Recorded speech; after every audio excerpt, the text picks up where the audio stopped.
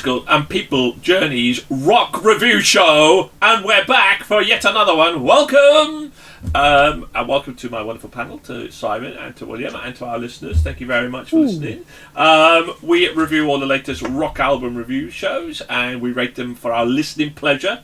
Not about technique or production or anything like that. We might moan about that sometimes, but anyway, and then we rate them out of 5 and say where we ended up. This will be nearly 392 albums reviewed so far. Or 396, I can't remember now, it's all a blur. Today, though, we are reviewing Nightmare and their album Encrypted. Who are Nightmare? Well, 2004 is the year that Nightmare, unbowed, unbreakable, inspired, ready to make their music to a whole new level. They return! When powerhouse vocalist Barbara Mogore joined after 2 years, it marked a new era for Nightmare. Barbara helped Nightmare transcend into new dimensions and refine their sound. Nightmare are now ready to unleash their brand new 14th studio album, Encrypted, with the brilliant voice of Barbara, onto the world. Encrypted is set to be released, which is now.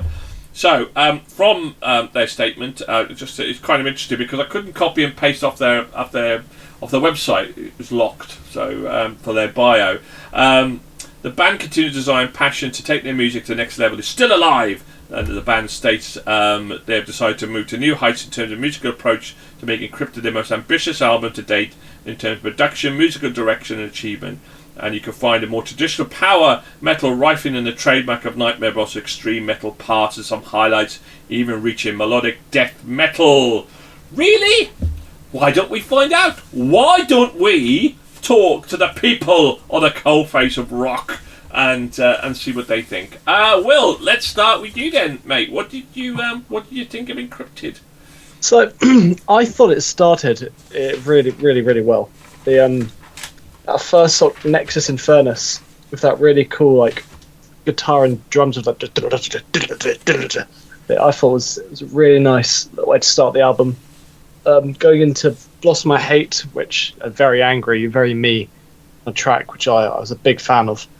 But other really than another track later on, I think Saviours of the Damned, it didn't really have a huge amount to really keep me or anything really special in that. It's a good album, but it's not really.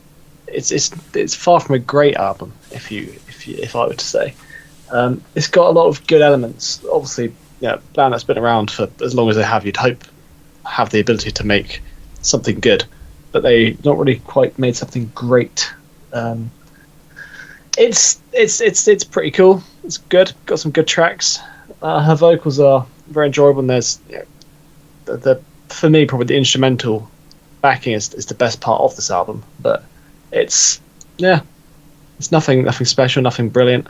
But it's a pleasant little time, pleasant experience for you. There was a lot of industrial vocals in there. That must have ticked your boat, wasn't it? Yeah, but it's like I said, it's all right. It's not there enough. It's not enough of it, or the kind of the style to really bring it out. Let it flourish, as it were. Right, well, let's find out what Trish, the rose between two thorns, felt then. So this is a full-on power metal, heavy metal with tracks of Blossom and Hate and voices from the other side, the latter of which I like quite a lot. The vocals of the female and male lead work well, as do the duo, backed with the heavy guitars and beating drums. At times on this album I saw similarities with To Leave's Eyes, and just a little bit on the heavier side musically. I really enjoyed the track Wake the Night. Whilst it's heavier to my listening, there are some good tracks on there that outweighed it for me to make it a keeper. A solid offering. Now, we always say Simon is a solid offering, so let's see what he can offer us. Simon? Not sure where to go with that. So, there's some great sounding tracks on this album. The vocals are beautiful. She borders on going into operatic, but keeps that sort of grittier tone. But weirdly, the growls aren't as powerful as they could be, it seems. Again, it's probably a stylistic thing. I I know nothing about music, it's fine. The guitars add a pleasing bite to the sound as well. I love the solo in Wake the Night, really, really good. And the drums and bass play into that heavier sound without being too overwhelming on the tracks. The album veers close to being a type of goth metal, which makes it for a slightly more interesting, heavier sound. I would have liked to seen a bit more variety on the album, though, as by the end of it, a lot of the tracks had just sort of blended into one, because the sound was weirdly just so consistent. I couldn't really pick out many individual tracks after listening to the album, but even with that, like, it could have really benefited from having like a ballad in there or something, really let her show off her vocal prowess. But I did enjoy it overall. I thought it was a decent album.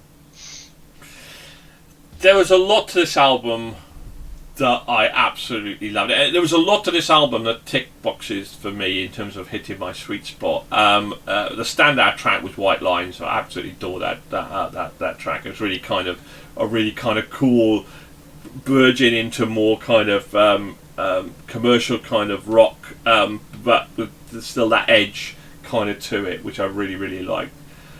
But of course, totally goddamn bloody ruined by your sporadic, growling industrial music vocals, which I absolutely hate and detest, and that spoiled for me what would have been potentially a brilliant album as far as I'm concerned in terms of my listening pleasure. I loved her vocals, I loved the musicality, I loved the backing tracks, the musicality of it was brilliant. It ebbed and it flowed and it I thought there was so much going for it, but for me, for my personal taste, that goddamn industrial growling, and there was too much of it. There was just a bit too much of it for me.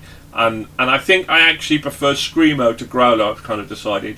There's a bit of Screamo on the album. I prefer it to that industrial Growler in, which I just hate it. But that's just me personally. There we go. Let's see though. But just to say, that was still a minor point in terms of the album, because I thought the album was terrific, really terrific. Let's find out then how we rated it. William, let's start with you then. 3. Trish, give it a 3.5. Simon? I gave it a 4. So did I, Simon. So did I. And if it didn't have any growler in it, I think it might have hit the golden 5 for me, but there we go. It scored 3.63. It is our 133rd all-time favourite album of the 392 that we've reviewed, and 34th of the year. So top third. So our top third albums all time, our top third albums of the year so far as well. So really good album, pretty solid. I think it's fair to say there are elements that you'd love, maybe elements that you don't love, but certainly a very good album indeed. So well done to Nightmare and to Barbara.